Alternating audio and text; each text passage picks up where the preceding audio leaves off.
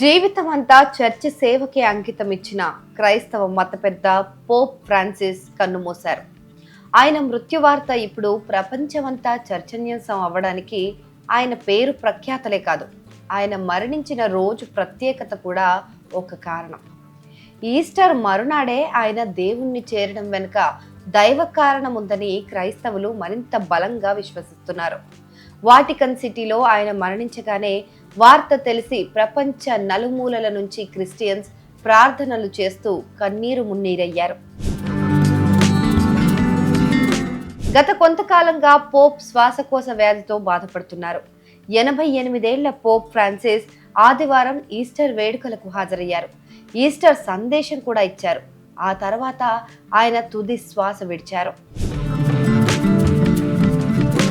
2013లో Francis Pope గా బాధ్యతలు చేపట్టారు. 1936లో లాటిన్ అమెరికా దేశం అర్జెంటీనాలో పోప్ ఫ్రాన్సిస్ జన్మించారు.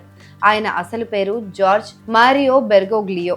ఆయన జెస్యూట్ పూజారిగా అర్జెంటీనాలో కార్డినల్ గా సేవలందించారు.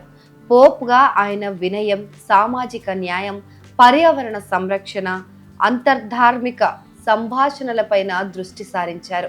లాటిన్ అమెరికా నుంచి పోప్ గా ఎంపికై అరుదైన రికార్డును ఆయన సొంతం చేసుకున్నారు. కొద్ది రోజుల క్రితమే పోప్ ఆసుపత్రి నుంచి డిశ్చార్జ్ అయ్యారు. America vice president JD Vance భారత పర్యటనకు వచ్చే ముందు పోప్ ఫ్రాన్సిస్ ఆశీస్సులు కూడా తీసుకున్నారు.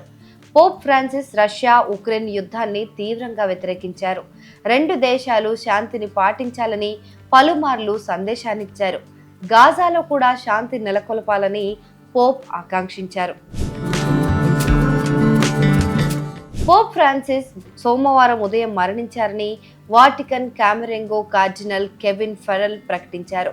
దీంతో ఆదివారం ఈస్టర్ సందేశం అందించి యేసు పునరుద్ధానం తర్వాత యేసయ్యే పోప్ను ఆయనలో కలిపేసుకున్నారని అభిమానులంతా ప్రార్థనలు చేస్తున్నారు. ఆయనలా స్వార్థం లేకుండా దేవుని సేవ మరొకరు చేయలేరని గుండెలవిసేలా ఏడుస్తున్నారు.